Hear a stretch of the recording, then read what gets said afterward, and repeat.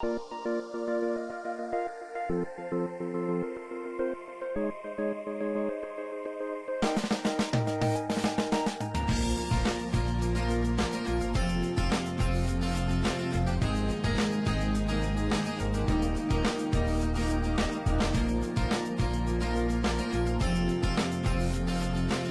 morning, everybody, and welcome. My name is Anthony Kazazis, and I am the director of the NYC Network Group, as well as the NYC Real Estate Expo. And I'm here today with my co-host, Lorendi Roos from Roos Advisors. And I'd like to thank you all for coming out and registering for today's webinar. We are now in our 6th week and of a 12-week series of a book called Book Yourself Solid. And today we have actually 3 special guests that will talk about core promotional strategies. Our guests today are Nikki Fields from Sotheby's International. We also have Reba Miller from Berkshire Hathaway, as well as Lauren Kelly from Corcoran. Nikki Fields, okay, as a senior global real estate advisor and associate broker of Sotheby's International Realty, Nikki Fields pioneered the Field team, which has transacted over 3 billion sales and annually ranks as the #1 sales team at Sotheby's International Realty. Ms. Field co-authored the Chinese Definitive Guide to USA Real Estate, published in Chinese, and has been consistently ranked by the Wall Street Journal, Real Trends annual report as one of America's top 250 real estate professionals and top 20 in Manhattan. In 2018, Ms. Fields sold the most expensive $54 million resale in New York City and has represented both the seller and buyer. In 2019, she did it again. Ms. Fields delivered yet another record sales, $80 million, which was recorded the highest transfer in history of downtown Manhattan. Welcome, Nikki Fields. Reba Miller, a veteran in the business for almost 37 years. She has had her own company and is now with Berkshire Hathaway Home Services. And she could surely lend some direction on referrals and how to have a business work for you during the ups and downs. She has converted 22 buildings, sold in many new construction. She is an expert rental and sales representative and can pivot the market when needed. Welcome, Reba. Thank you. Lauren Kelly. They say the best compliment is a referral. Since starting her career in real estate in 2013. In fact, thanks to the positive feedback from her loyal clients, Lauren's unique motto has become "In Lauren We Trust." By educating her clients through the process, cutting to the chase and doing right by them, she has set herself apart and earned repeat and referral business for life. Beginning on Wall Street as an analyst, then in client service, relationship management, and ultimately sales on an institutional level. Lauren spent 4 years honoring her skills in marketing and sales. Her position at a luxury hotel marketing company led her to sell real estate on a private island in Turks and Caicos. More recently, she was the director of suite sales with the New York Jets before beginning in New York City real estate. I want to welcome you all, and without further ado, I'd like to hand it over to Lorendi Roos at Roos Advisory. Thank you, our guests, for being with us today, and for everyone who continues to show up for this wonderful series that we've been doing. We're on week number 6, so we're going to finish halfway through, Anthony. We have 6 more great weeks of content coming up, so hopefully you'll continue to join. Today, we're going to be talking about one of my favorite strategies in the core promotion strategies of Book Yourself Solid, which is the referral strategy. Doesn't matter how long we've been in business, our referral strategy is something we should continue to come back to over and over and over again. Not just for the newbies. It's something that we can sow into that will have exponential results, especially in difficult times. So everyone who's on the panel today, we've been in real estate for a long time, and we've seen lots of cycles. And one of the things I always say is, when life's feeling a little rock and roll and things are a little uneasy, go back to the basics. And a solid referral strategy is one of those basics that can really make an exponential difference in our the work that we do in attracting and retaining our ideal clients, like we've been speaking about. So I'm going to go ahead and share my screen. We're going to be talking about our referral strategy today. We're going to talk about how referrals will help us create the snowball effect and how there's work to be done before we start referring. And then there's work to do during the process and then our post-referral work. So it's not just a one and done situation. So the first thing that we're going to talk about is that, again, the power of referrals. We talk about in the book, Your Self-Solid Strategy, that we have a gang of 5. And that gang of 5 is people that we're connected to. And I always say you really only need somewhere between 5 and 10 solid connected people that you really sow into, invest in your relationship with, that are in a similar niche as you. You're in the same target market, but maybe you serve a different niche that you can really connect to. So these people may be again in the same market, but maybe one's commercial, one's residential, one's retail, one's rental, one's self-storage, one of my favorite asset classes, the one that I grew up in the real estate industry. And so you can stay really connected to other professionals. It can also be someone in the title industry or the mortgage industry. It could be a contractor, could be an interior designer, could be a salon owner, right? Could also be an attorney or any other service provider who serves the same target market as you do. And what we do is we say, let's send out one referral every day. So one of my responsibilities on my desk every day, and I put a sticky note up if I need to, don't forget the referrals, right? And so send one referral a day. Someone that you care about, know, like, and trust, that you're willing to help expand their business. And also it's important because when you're making that referral to someone that you believe could benefit from their services, you're doing a solid for them as well. Anthony always talks about the giver's gain mentality. And this is how we put the giver's gain actually into practice. So one referral a day, and then you set up a structured referral network, or you can set up a non-structured referral network. Anthony has provided an opportunity after these events that very often, if you hang on the line for another 10 minutes, we start passing referrals back and forth. We make introductions. So this is kind of somewhere between a structured and an unstructured. Certainly BNI groups or the New York City Network Group, right, is a great way to really sow in, invest a little time that will pay big dividends. Over time, you will see referrals coming back to you when you keep your mind and your eye on the ball. The final thing we always like to talk about too is, where have your referrals come from in the past? And what did you do to sow in to the people who were giving you referrals? So it's not always a one-for-one. Maybe I'm going to make a referral to Reba, but she doesn't know anyone who needs my services right here, right now. But as long as I keep in touch with Reba, maybe 3, maybe 4, maybe 5 years later, she may know someone.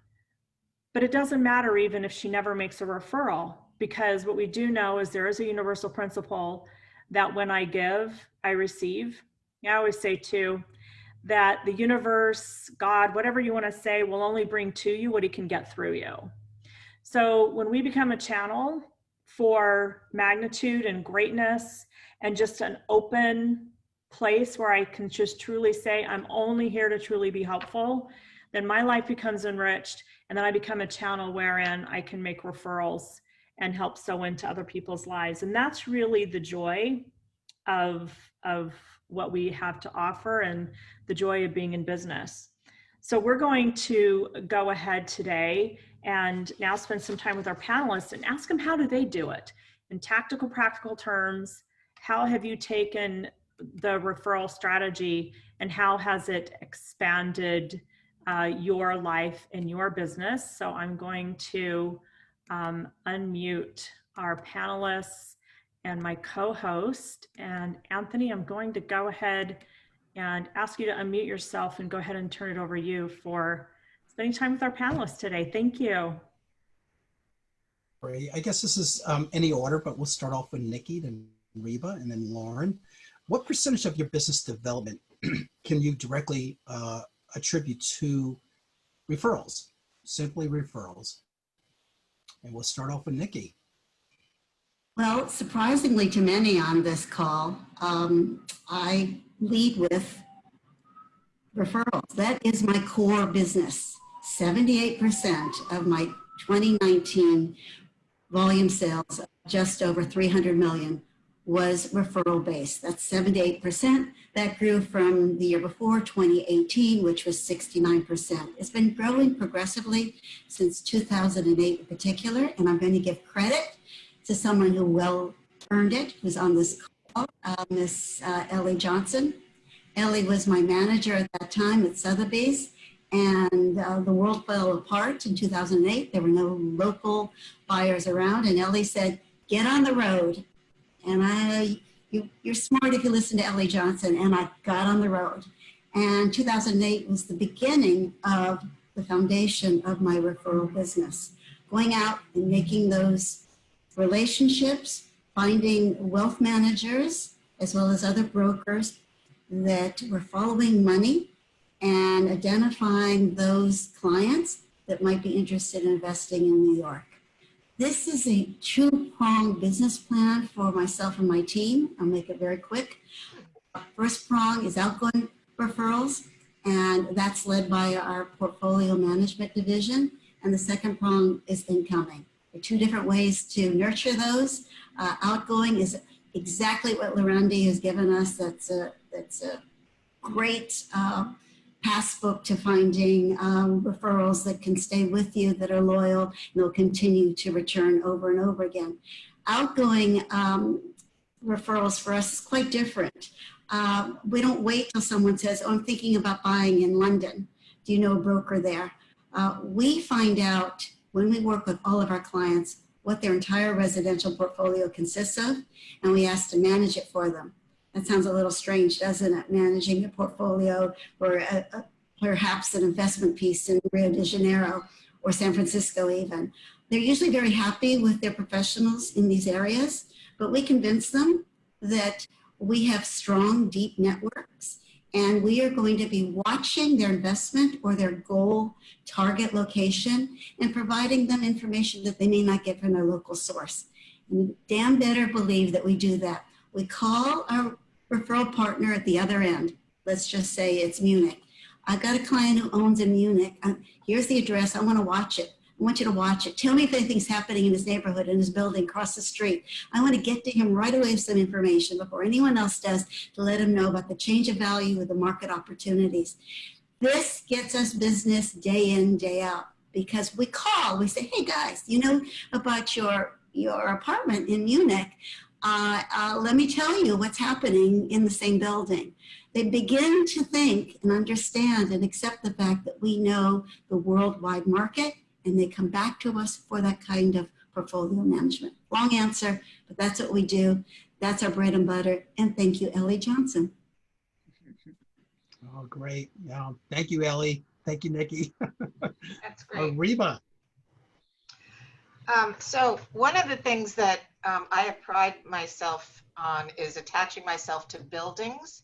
And I've done that for 36 years, where I know every super, every handyman, every doorman, and I conduct business, I would say 60 to 75% in particular buildings. You could see me walking up and down Madison Avenue all the time, talking to these doormen and thanking them, because without that group of vendors, you call them vendors, I don't know that I would have built my business. And so I have 5 or 6 buildings that I constantly say thank you to.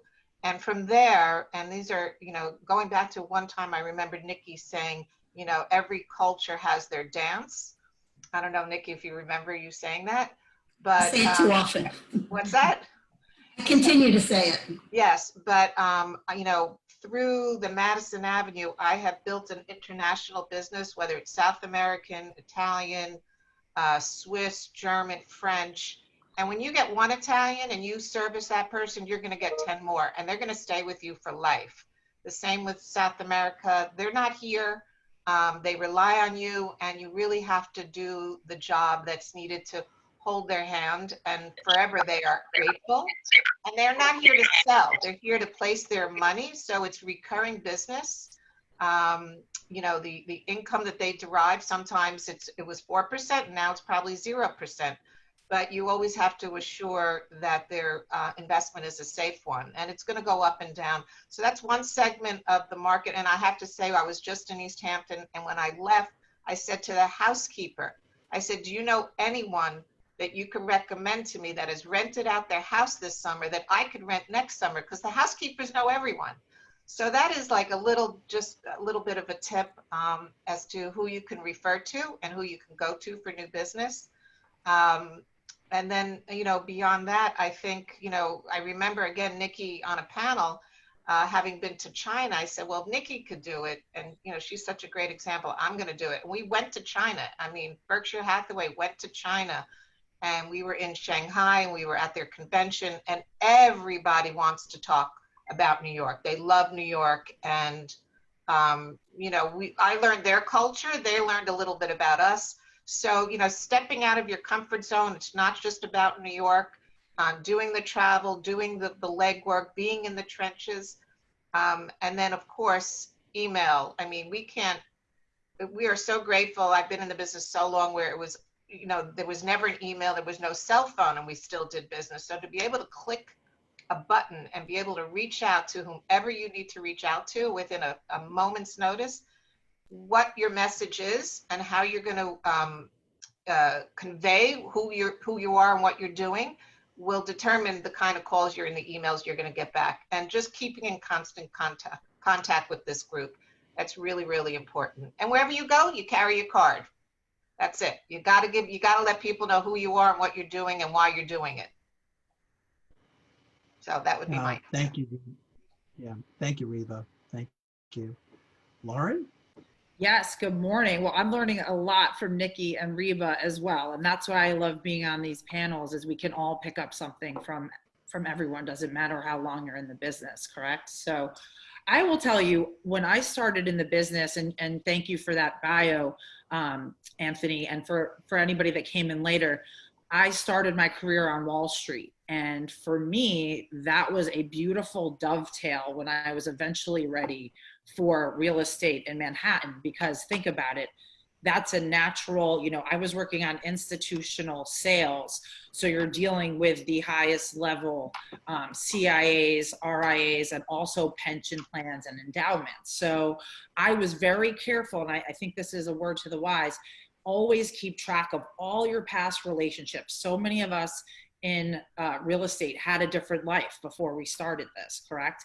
And, you know, from keeping that list and those relationships honest and going, to my relationships with friends from college who happen to, many of them locate to Manhattan, have very successful careers.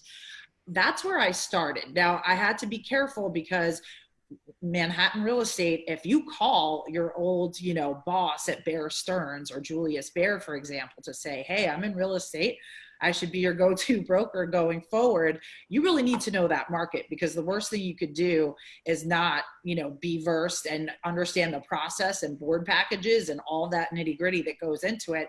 And then you lose their trust, right, for life. So I took my time to take 6 months to really crash course, learn from some brokers in my office. And then when I felt completely prepared, that's when I put myself out there and started making those phone calls and emails and touch points. And I'll tell you, Wall Street taught me not to be afraid of the phone. And that's something that I did at the New York Jets as well. It is, yes, email is fantastic and you can hit a lot of people very quickly, but people are also wise to the fact that that was most likely just a blast email. So if somebody responds, one thing I take pride in, and Anthony, I think this is how I came on your radar, was my newsletter, right? And I spend a lot of time discussing the market in depth. That's what I used to do on Wall Street. So I kind of like to keep myself as an institutional salesperson brain, but evaluating real estate. So when I put those out there, I can't tell you how many positive responses I receive, like, oh my God, Lauren, I live for your newsletter every month. I learn so much. And these are high level folks. Then you pick up the phone and you call them and say, let's chat about the market. And you would be surprised. If they're not ready to do a deal with you, they will in a heartbeat send you to somebody that is. Or what if their kids, they're graduating from college? I had that experience. You have 4 really bright kids with investment banking jobs coming to New York, and they're looking for, their parents are willing to help them find a $15,000 a month rental.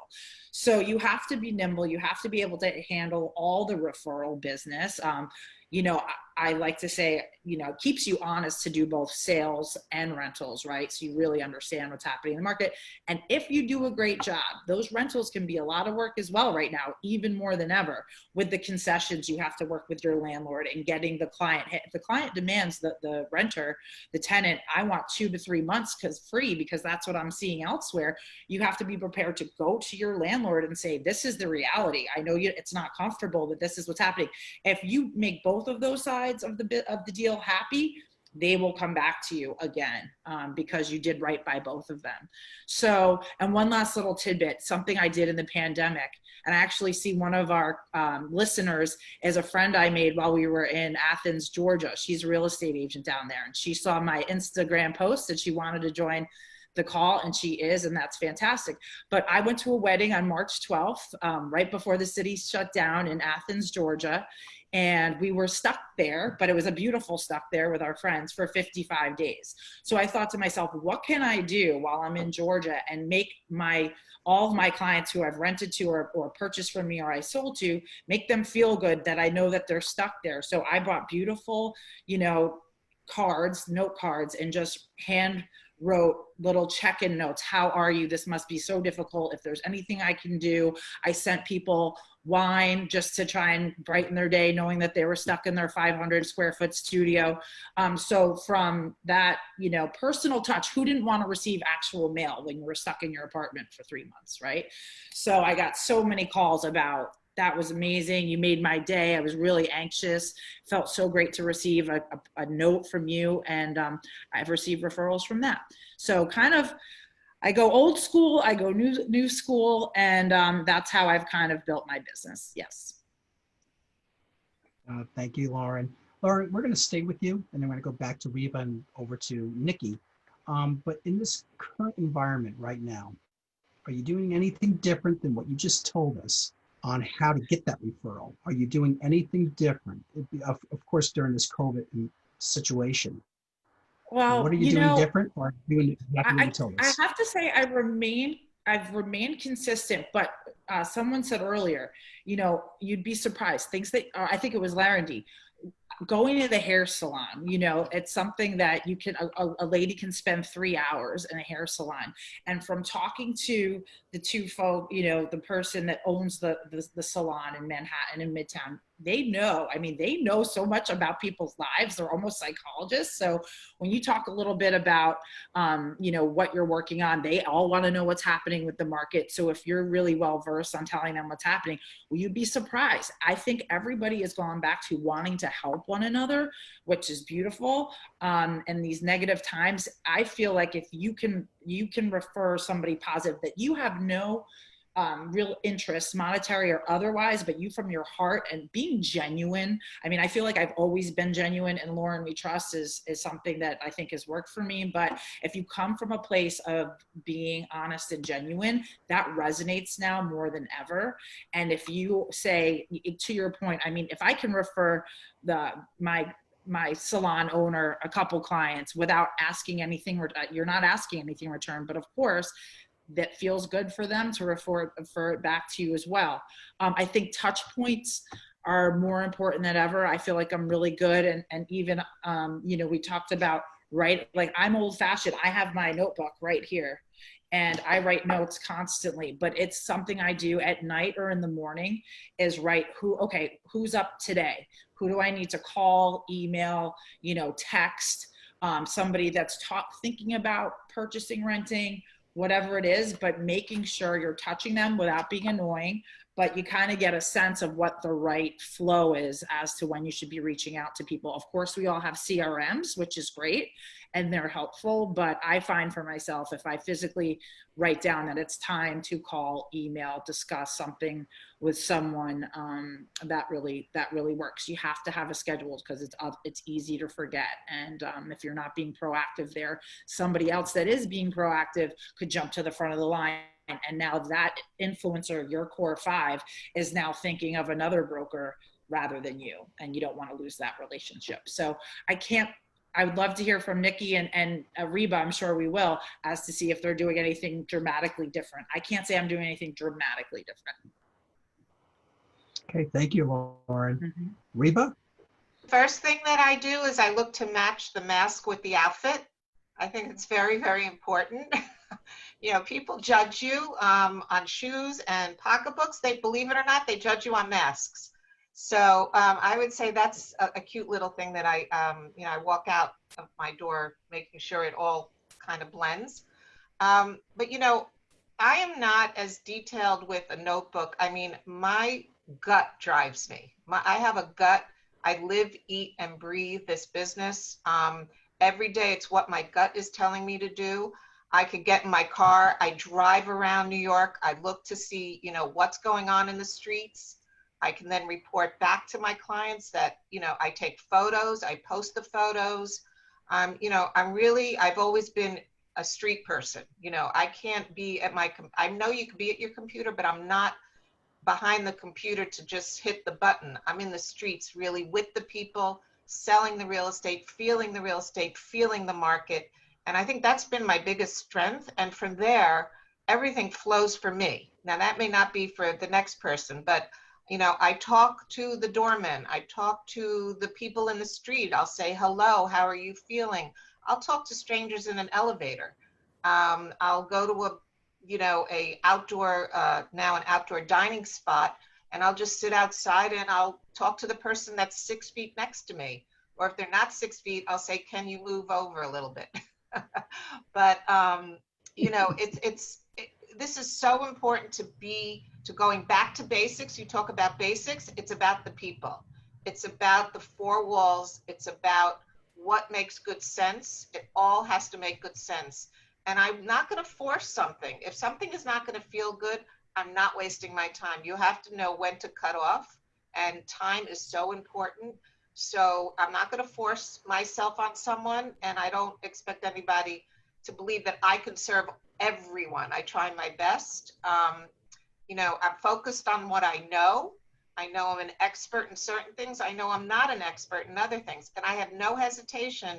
If I know Nikki knows the puck building better than I do, I will call Nikki and say, hey, do you have anything? I have a guy, a girl, a couple, whatever. You know the building. Can you come up with something, and can we share? I have no problem doing that. I've been in the business a long time to know a lot of the great brokers in the industry. That within the industry is a co-brokering nice relationship. You have to have a great relationship with the community. It's very, very important. And so I would say that, you know, the basics have always been within me. The difference now, of course, is that we're so international, right? You can't be in the streets and know what's going on in Germany and Italy. We are all over the world. Berkshire Hathaway has opened up all over. So those global partnerships have become more important, and all the eyes are on us. All eyes are on New York. Everybody wants to see us recover. So, you know, we're in this together. Thank you, Reba. Nikki? As I remember, the question was, how are we doing referrals differently during this period of Corona? And especially you too, Nikki, you're also international, so I'd like you to touch on what you're doing as well in Europe as well. Well, we are managing a full frontal attack on referrals right now, fast and furiously. We've had these 5.5, almost 6 months of somewhat sabbatical. All of us on this call and many of our peers spent that time thinking about how they would pivot to the new world's economy and how they would change their skill sets. And that's exactly what my team of 24 did. We divided and conquered. Many of us spend time searching out potential investors for New York market in this era of opportunity. And the rest of us spend a tremendous amount of time targeting for outgoing referrals. There was, or at least perceived to be, a huge group of outgoing Manhattanites. Well, we jumped on that immediately, as many other brokers did. And my calls were to locals, families in particular, that I thought would be considering staying out of town for a while, drilling down on the fact that we had extremely good relationships on wherever they were going, whether it was temporarily or permanently. First, we had to credibly transfer the fact that we knew the right professionals in the areas that they might be interested in to lead them to their next purchase. And that's called migrating for the referral. Once we were able to give this credible information about our knowledge and our power of referrals, many of them called us when they were thinking about buying in Westchester, Long Island, moving all the way down to Florida. And we were able to lead that operation by making those introductions credibly, and also giving our clients some confidence that we are going to be landing them in the hands of equally professional peers. I think that's really important because everyone knows a host of brokers, and it's always extremely difficult to choose who you're going to work with. So I think we're responsible for making certain that when we do the handoff, that it's someone competent and someone that will close, someone that will be transparently credible, so the reflection of their work comes back on us. To your point, Anthony, my 4 international desks have never been busier. We have heads of Asia desks, Middle East, India, and Moscow. Now, those 4 desks in the last 5 months were specifically given inventory, opportunity in Manhattan and other areas that we knew of where their investors, their private equity clients, as well as their family offices, could investigate once in a generation opportunities to buy low, buy significantly in Manhattan. Prior to us launching our discussion today, Reba and Lauren and I were talking about the opportunity market and how we've been able to not only identify where the opportunity is, but send that message outbound. The messaging outbound is what's galvanizing people in. They're not immediately thinking of New York right now, considering we were in June the epicenter of the epidemic. We've had to give them the information and the material why they might think this is a smart move. So the international desks have been extremely valuable. They work directly with wealth advisors. Those wealth advisors, here's the key to referrals, already have secured the loyalty and the trust of their clients. So when my name comes into their inbox or an introduction is given to myself, I'm given that credibility and loyalty because a wealth advisor has said, work with Reba Miller, work with Lauren Kelly, work with Nikki Field. We don't have to do as much fast pedaling to establish that loyalty because it's already transferred. Again, a very, very, very important source for referrals. So what are we doing now, 5.5 months later? We're doubling down on all of those initiatives. We have pivoted our skill sets.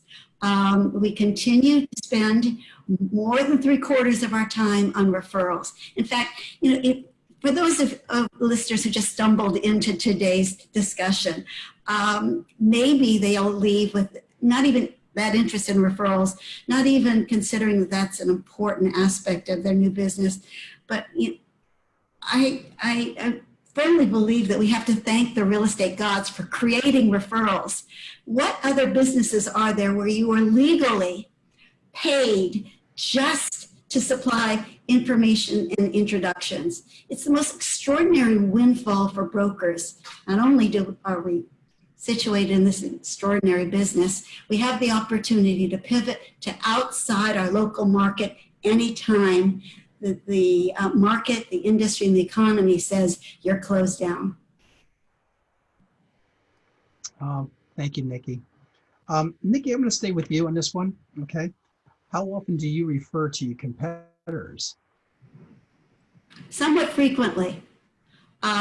In order to be a credible referral agent and to maintain the loyalty and trust of your client, you have to go to the best, most experienced professional. That's often outside of my brand.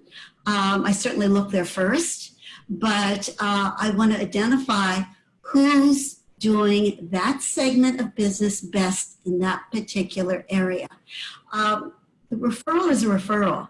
I feel very, very strongly that if someone outside of my Sotheby's network is stronger in a specific area, that's the person I should be working with. Another tidbit for those listeners that are frequently referring to other agents. If you don't know the lead in that area, go to the owner of the agency, owner of the affiliate, not necessarily the manager, who has different reasons for recommending different brokers depending on their business plan. But the owner always leads with, who's going to make me money? Who's going to close this deal? Who's going to capture this client? So I find out who the owner is, and I'll say, this is a level 1 client of mine, extremely important. I'm going to put it in one of your agent's hands. But if they don't deliver, they're not getting anything more, and you probably won't either. So with that impetus, we usually identify the right person. Thank you, Nikki. Reba? Yeah, no, I mean, being in the business as long as I've been in, I know what I'm good at and I know what I'm not good at.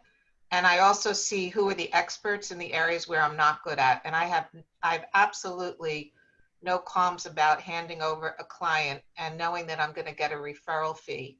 I protect that client, obviously. If it's a rental, I want to make sure that I'm still involved in the sale. If it's a sale and it should be a rental, I want to make sure I'm still involved in the rental. And, you know, I love learning. So I'll ask questions, you know, just to be part of the process and to learn a little bit more about the thing I don't know so that I could be the better expert the next time. But maybe the first go around, I'm just not the expert and I have no choice but to put it out. And you know, there are experts in our industry that have spent years and years and years honing in on their skills. I can't pretend to do it as good as they are. And I'm the first to congratulate, I'm the first to acknowledge, and I'm the first to say they can do it better than me. And in return, I know they know what I'm good at. So it comes back to me. You know, I'll always get the phone call, can you help me on this? And that help goes a long way. It goes both ways. You need each other. You know, I always say, you know, you can't have a tennis match without Nadal and Federer. They both need each other to be, you know, in front. And so we all need each other.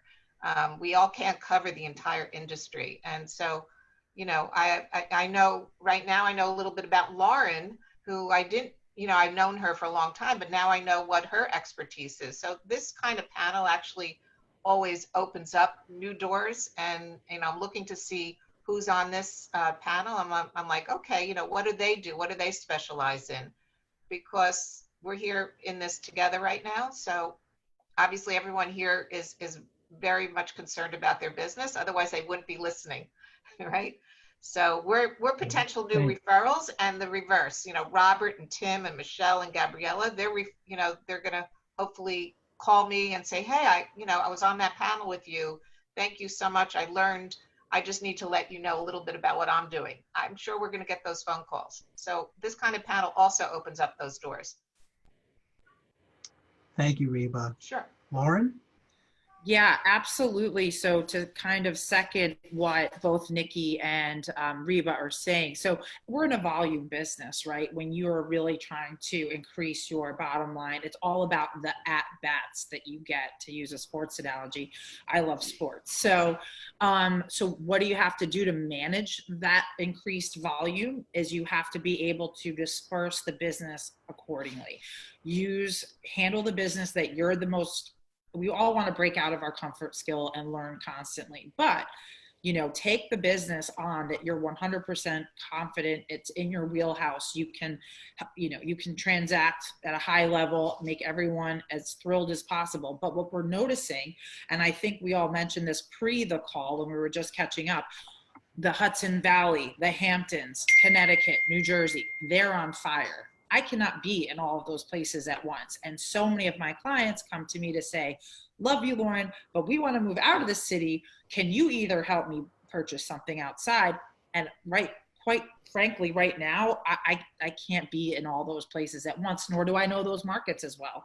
So that's where I take it seriously to actually interview brokers that I may be referring. Because if you, to Nikki's point, if that person's not ready and not the best at their position, guess what? You lose that client for life when they're ready to come back because they had a bad, you know, we've got great brokers in every profession. You have top-notch folks, and then you have people that aren't as top-notch. So I think when your reputation is on the line when you're referring, so I do think it's important to have those phone calls and just understand that person's expertise. And also, like Nikki said, call the owner, call the manager of a particular branch to figure out who is that right fit. And the same goes for lawyers, and the same goes for mortgage bankers and all of that. I'm really careful because it's our reputations at the end of the day to make sure that I'm referring to the best of the best. And as long as that happens, you can feel confident that they will refer back to you. So that's the whole circular idea of this referral business. Well, thank you, Lauren. I'd like to hand it back over to Lorendi Roos. Thank you, Nikki, Reba, and Lauren. Just want to let everyone who's a guest know that you can put a question in the chat. We're coming to the part of our conversation now where you can ask specific questions, and we'll lob those over to our guests. I know some of you have been making direct connections, and we encourage that.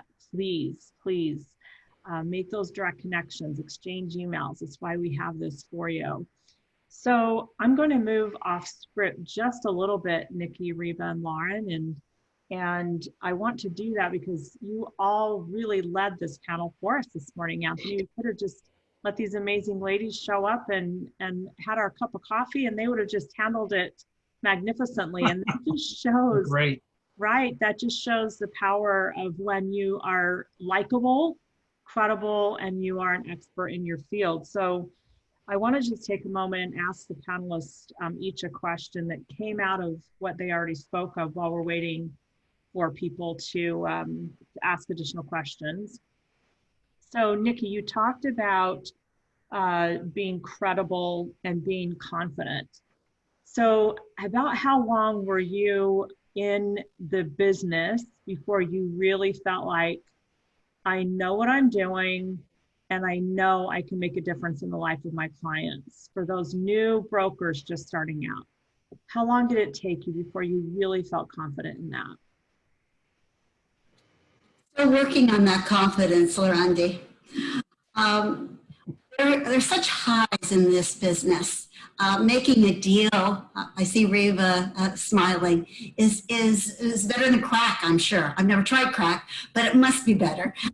The thrill of putting all of these puzzle pieces together, and at the end of the day, particularly at the closing table, if you have two satisfied principals, it's a pretty cool feeling. You've helped them move on with their lives. And, you know, some people look at us and go, real estate brokers, you're spending all of your education, experience, and knowledge on selling real estate when you could be making other contributions. I truly believe we're making a very big contribution. The people that I meet, the people that we help through their life transitions really are appreciative in almost all cases of us professionals taking this on for them. Their home and their hearth now is more important than ever before. And I think they're leaning into us more than ever. I also think that the reputation of the real estate industry has improved enormously over the last decade. And probably that's because of the higher bar and higher caliber of brokers that are in the industry now. These are deep professionals that Reba mentioned, and I want to just support. We're no longer negotiators. we're facilitators and advisors. And I think if you lead in, and this is what has built my confidence, lead in the knowledge that I'm a facilitator and advisor, not just a closer that's hungry for that commission check. I truly want to build the reputation with all of my clients that they're going to be working with me for the rest of their real estate livelihood. How do you do that? By being honest, transparent. And I mentioned before in a recent panel, telling them what not to buy, telling them what not to pay, telling them when not to sell. That credibility goes a long way to earning not only their devotion and loyalty, but building up your own confidence. I will tell you, I felt the very, very, very, very best about being a real estate broker back in 1996 when I sold my first $1 million listing. And most people sitting out there going, oh my God, I wouldn't even bother with $1 million listing. It was such an extraordinary feeling of knowledge, accomplishment, and ability. And I hold on to that and I think about that sale all the time, particularly for those brokers of us who tend sometimes to get a little too cocky about what we're doing. Go back to the basics about how hard it is and how valuable you are. And I think that's the best way to maintain your confidence, because without it, we're nothing. Thank you so much, Nikki. I really appreciate how you tied in, because as we have been going through this period of this pandemic, what kept coming to my mind is, guess where we all went? We went home. And we need real estate brokers who understand markets and who understand the clients and really care about the clients to help them find and reconnect to their sanctuaries, their homes. So Reba, I want to speak with you for a moment. You talked about that your gut drives you. And real estate from an outsider's perspective can appear very transactional. And yet the people that I know that have been the most successful in real estate, and I know when I was involved in a lot of mergers and acquisitions, both on the development and existing side of things, we took a drive around the neighborhood, got in our cars and kicked the tires is what we used to call it. So would you speak just a little bit more about your ability to trust your gut and how that has really helped you? Well, first of all, I'm a deal junkie. So let me just start off by telling you I'm a deal junkie. I don't care the size of the deal.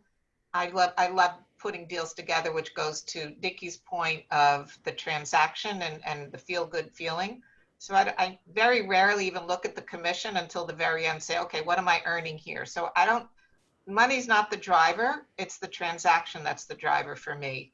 And because from there, everything else will flow. So when I'm going out in the trenches and I'm driving down Madison Avenue or I'm going to the west side, I'm looking to see, okay, what has changed in this neighborhood or what needs to change? Those two things are very different, right? And I have to come up with my own answers and my own ideas. You know, I remember when Trump, had a vision of Riverside Boulevard. If you remember, those were railroad tracks. And I converted 2 buildings on West 72nd Street, 121 West 72nd, 305 West 72nd. And the idea that he was going to close up and build and develop was, a vision that I had to try to, imagine. And what was my answer going to be to those that were buying on 72nd Street at that time, right? So that was being in the street, knowing there's something that's going to change in the neighborhood and coming up with answers as to what is positive about that. Now, look what he did. Forget him as president. I'm not looking at it as president, but look what he did as a developer. He did do some very significant things in our city that changed things for us, whether it was Park Avenue, Central Park South, Riverside Boulevard. And then we have other developers. And I think that it starts with development. And then you have to realize, okay, what's going on 57th Street? What's going on in Hudson Yards? What's going on in Tribeca? What's going on? I've seen all those changes. If you've been in the industry for a long time, you've seen those changes. Now, you have to come back to your clients with some answers. You have to come back with some of your own knowledge, your own feeling, your own gut. Is 56 Leonard a good purchase? So that's what I meant by going out in the trenches and kind of like just understanding what the neighborhood is, not waiting for Nikki to sell 10 apartments and say, uh-oh, wait, if Nikki's selling it, I better sell it because that's what happens. But is to get there first and say, I believe this is going to be a good buy, and come up with the reasons why. Now, the question today is, what's a good buy, right? That's what everybody wants to know. What is our discount today? And, you might be able to go back 10 years and say, that's our pricing. Definitely on rentals. I'm looking at 2010 as being somewhat of the slide that we have gone back to as to what rentals really are all about. And they're hiding with the concessions, because those concessions are maybe temporary, but maybe they're here because we're starting all over again. You got to go back in order to go forward. So I would say that, going out in the streets is very, very important. And the infrastructure, that needs to change. That needs to get better. Those retail spots need to be rented. That will give us the more confidence that we need as brokers to deliver, positive information. So I hope that answers your question. Thank you so much, Reba. And Lauren, you talked about taking time to learn. And I attended a conference in February where John Travolta was a speaker, and he talked about suffering through patience. And I really respect what you talked about, taking the time to learn, doing your homework, and being patient with that process so that your credibility really does shine forth. So can you just share a little bit more about that and how that has really helped you so much as a real estate professional? Absolutely. So I'm so glad you brought that up. I studied economics at college, and I found my inner nerd when I was at college. I loved it so much. It was really challenging. And my parents sometimes couldn't believe. My dad makes this joke, oh, is the library the name of the bar that you go to? Because I was always in the library trying to study this new kind of mathematical science and economics. But it brought me so much joy and pleasure to really learn and master a subject and really get it.